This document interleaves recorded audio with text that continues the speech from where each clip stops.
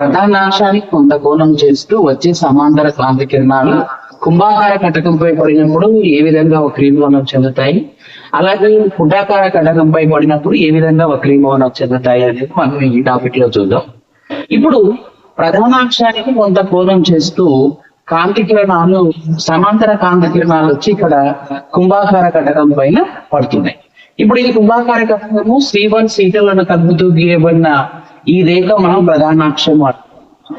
ఈ సమాంతర కాంతి కిరణాలు ఈ ప్రధానాక్షంతో కొంత కోణం చేయడం జరుగుతుంది. ఇక్కడ ప్రధానాక్షంతో కొంత కోణం చేస్తూ పడిన ఈ సమాంతర కాంతి కిరణాలు కుంభాకార కటకం పైన పతనం అవుతూ ఉన్నాయి. అయితే ఈ పతనమైన కాంతి కిరణాలు ఏ విధంగా వక్రీభవనం చెంది ఏ విధంగా వక్రీభవనం చెందడం జరుగుతుంది అనేది మనం పరిశీలిస్తే, ఈ వక్రీభవనం చెందే కాంతి కిరణాలు కటకం గుండా వక్రీభవనం చెందిన తర్వాత ఈ కాంతి కిరణాలు ఈ విధంగా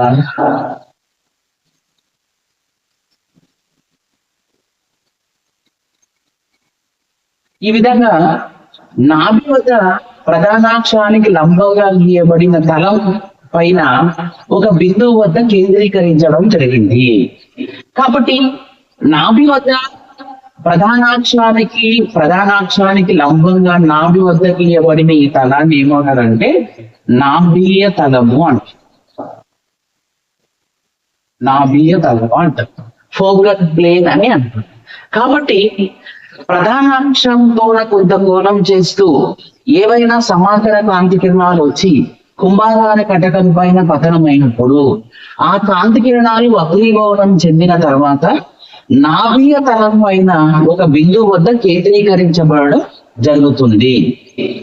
అదేవిధంగా సందర్భం 2లో పుటాకార కటకం విషయానికి వచ్చినట్లయితే, పుటాకార కటకం పైన కూడా ప్రధానాక్షంతో కొంత కోణం చేస్తూ వచ్చి పడే సమాంతర కాంతి కిరణాలు ఏ విధంగా వక్రీభవనం చెందుతాయో మనం చూస్తే, ఇక్కడ F1 వద్ద మనము ఈ ప్రధానాక్షానికి లంబంగా నాభి వద్ద ఒక తలాన్ని గీసాము. దీన్ని మనం నాభీయ తలము అని అంటున్నాం. ఈ నాభీయ తలం గీసిన తర్వాత ఇప్పుడు ఈ సమాంతర కాంతి కిరణాలు వచ్చి ఈ పుటాకార కటకంపై పడినాయి.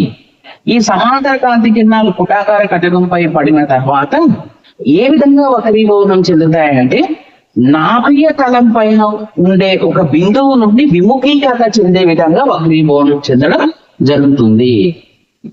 ఈ కాంతి కిరణం మీద ఈ విధంగా వక్రీభవనం చెందుతుంది.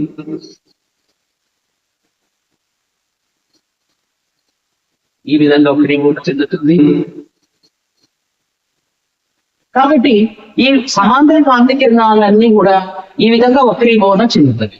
ఈ వక్రీభవనం చెందుతున్నప్పుడు ఇక్కడ నుంచి ఏ బిందువు నుండి వక్రీభవనం చెందుతున్నట్టు కనిపిస్తున్నాయని అంటే, నాభీయ తలం పైన ఉన్న ఒక బిందువు నుండి ఈ కాంతి కిరణాలు విముఖీకరణ చెందుతున్నట్టు కనబడుతున్నాయి. ఈ విధంగా ప్రధానాక్షరంతోన కొంత కోణం చేసే సమాంతర కాంతి కిరణాలు కుంభాకార కటకంపై పతనం చెందినట్లయితే ఆ కాంతి కిరణాలు నాభీయ తలంపై ఉన్న ఒక బిందువు వద్ద కేంద్రీకరించబడతాయి. అదేవిధంగా ప్రధానాక్షంతో కొంత కోణం చేస్తూ పడే సమాంతర కాంతి కిరణాలు పుటాకార కటకంపై పడినట్లయితే ఆ కాంతి కిరణాలు నాభీయ తలం పై ఉండే ఒక బిందువు నుండి విముఖీకరణ చెందుతాయి అని తెలుస్తుంది.